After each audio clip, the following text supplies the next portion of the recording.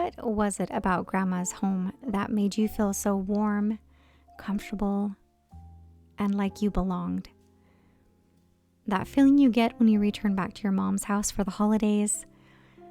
I've been really thinking about how we can create that in our own homes and build that trust and love and traditions for my own children who are growing up. I think that's something that we can start now to build each day as we gather around the dinner table, bringing back the family tradition of everyone eating together, having that togetherness, talking about our day. So I'm going to bring you along with me as I prepare those family dinners this week. They're all so cozy, so comforting, very simple traditional meals that you would eat at Mom's house for Sunday dinner.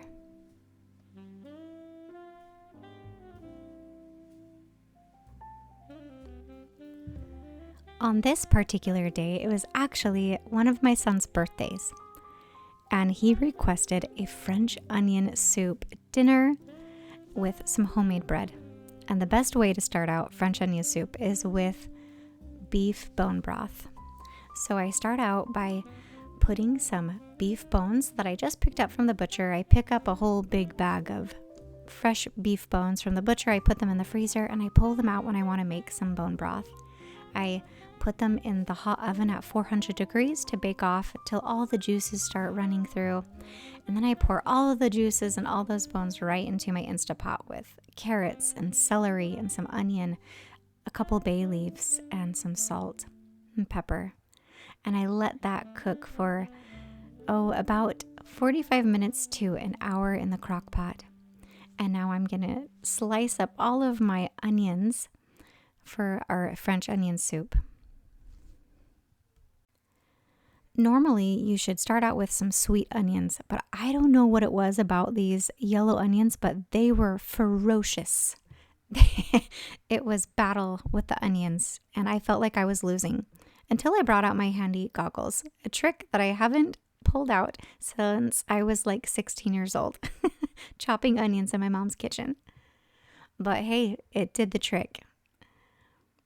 If you have any great suggestions for cutting onions and protecting your eyeballs, please share it with the community. We'd love to know your special tricks. So I'm starting our French onion soup out with a half a stick of butter. I chopped up about 6 to 8 onions and I'm letting those brown in the butter. I do always rinse off my cutting board and wipe off the place where we chopped onions, and that always seems to help with the crying. I've also thrown together this recipe for 1 hour French bread. My son loves homemade bread, and I did not think ahead about getting some sourdough going, so this recipe is perfect if you are in a hurry to get some homemade bread on the table quickly. And I'll make sure to put that recipe down below for you guys. It comes together really quick. French onion soup is really peasant food. It's so simple, basic beef bone broth and onions. But it takes some time. It takes time to make that bone broth from scratch, and it takes time to get those onions nice and caramelized. So grab your favorite drink, pull out a good book, sit down and relax while you're stirring those onions and allowing them to caramelize.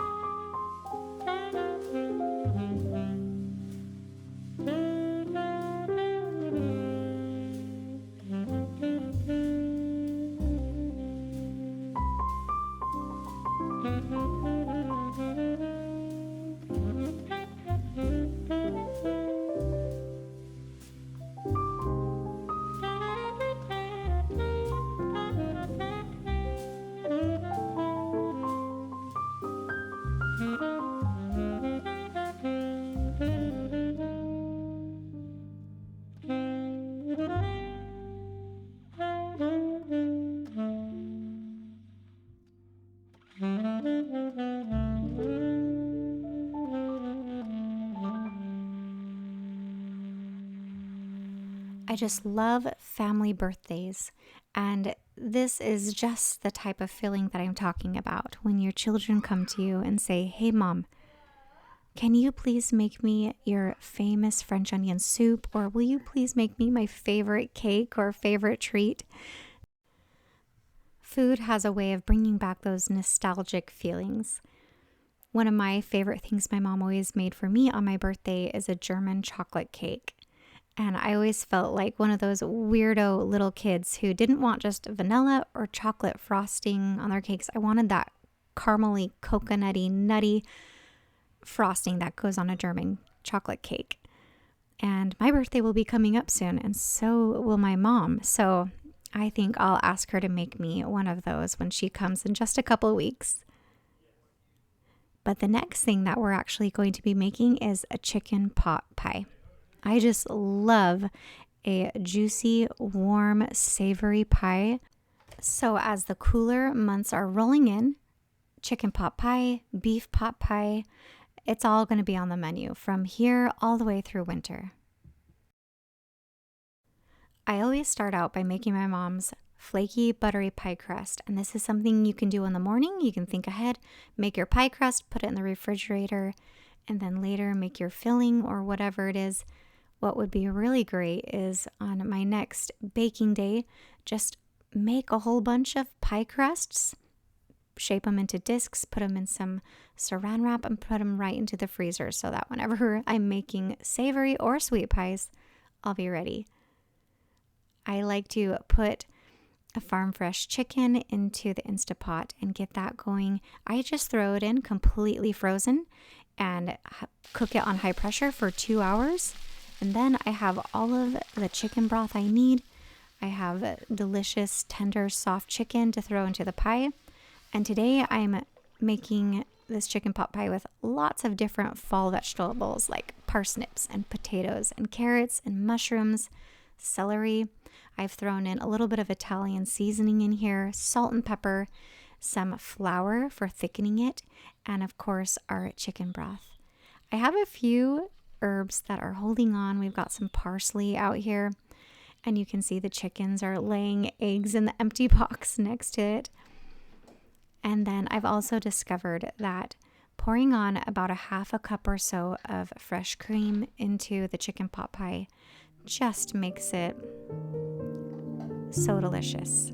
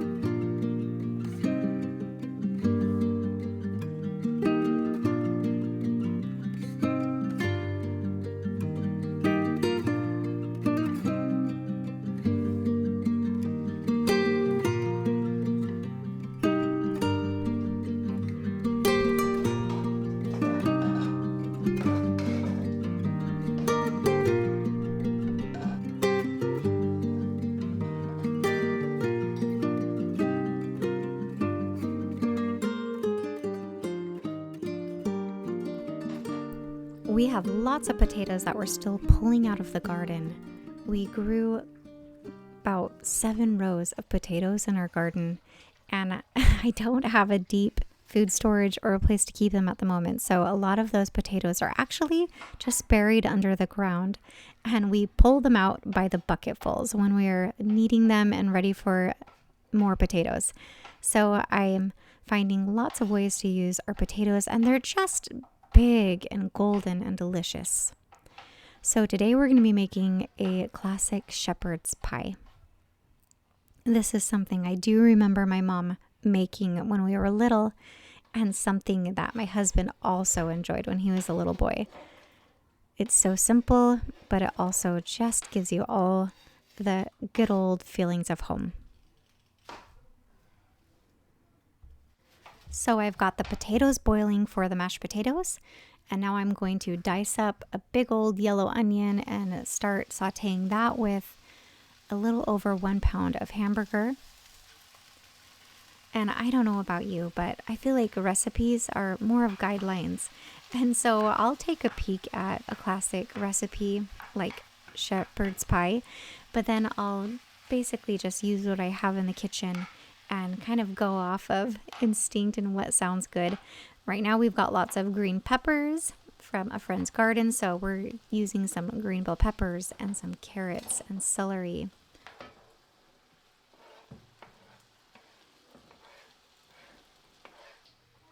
There are so many different varieties of ways you can make a shepherd's pie, and I don't think you can go wrong with any of them. Today we're keeping it really simple with some Worcestershire sauce and a can of tomato sauce. I put some salt and pepper in here, also a little bit of Italian herb seasoning. And we're using some frozen green beans that are from our garden this summer. I'm boiling them off in the same pot that the potatoes are boiling in because they were a little bit crunchy the last time we had them.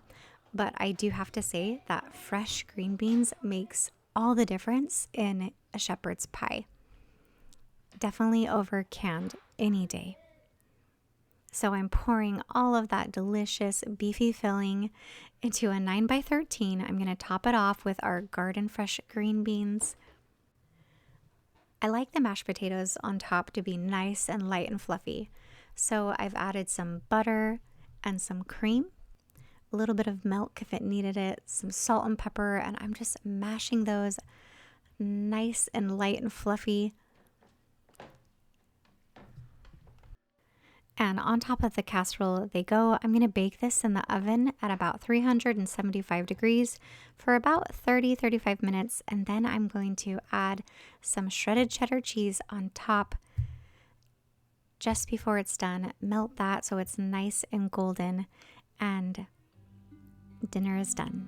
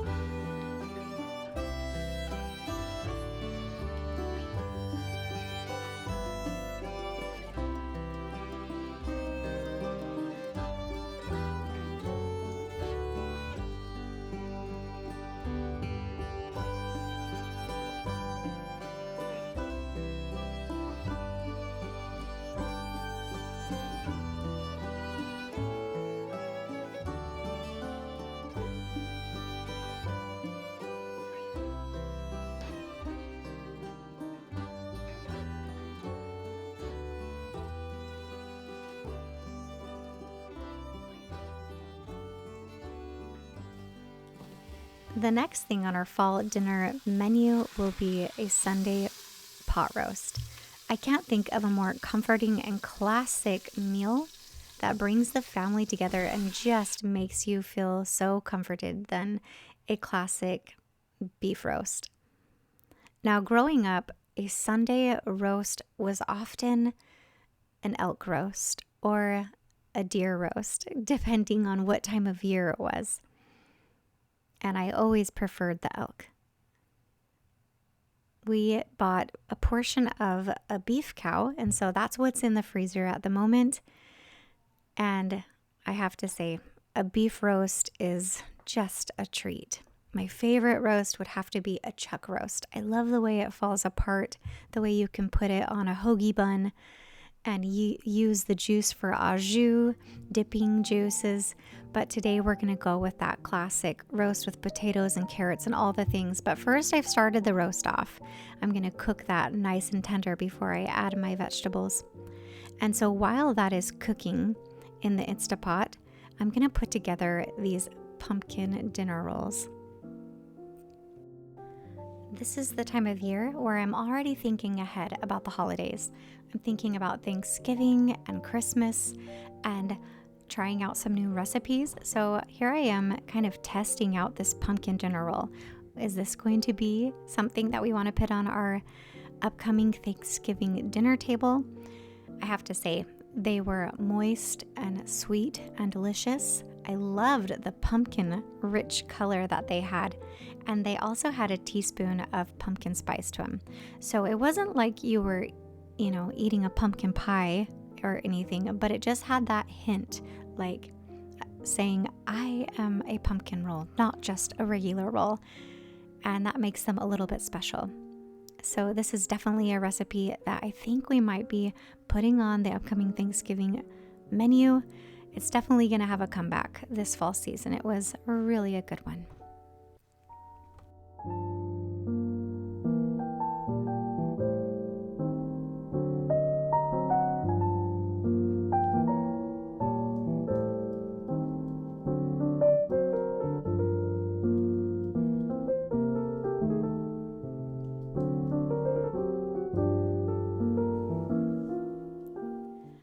For today's pot roast, I'm putting in some seasonal fall vegetables.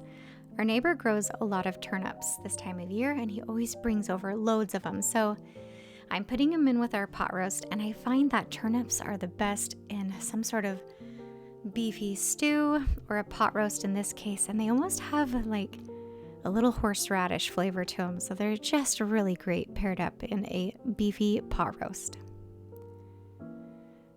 So our pot roast did cook for about 45 minutes prior to adding the vegetables, and then I'm just going to cook those for about 15 minutes in the Instapot.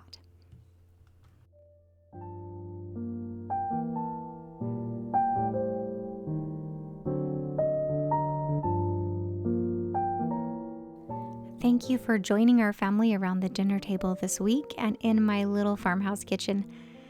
I hope it gave you some inspiration to bring back those family traditions, make time for family dinners, and I will see you all next week for another video. Love you lots.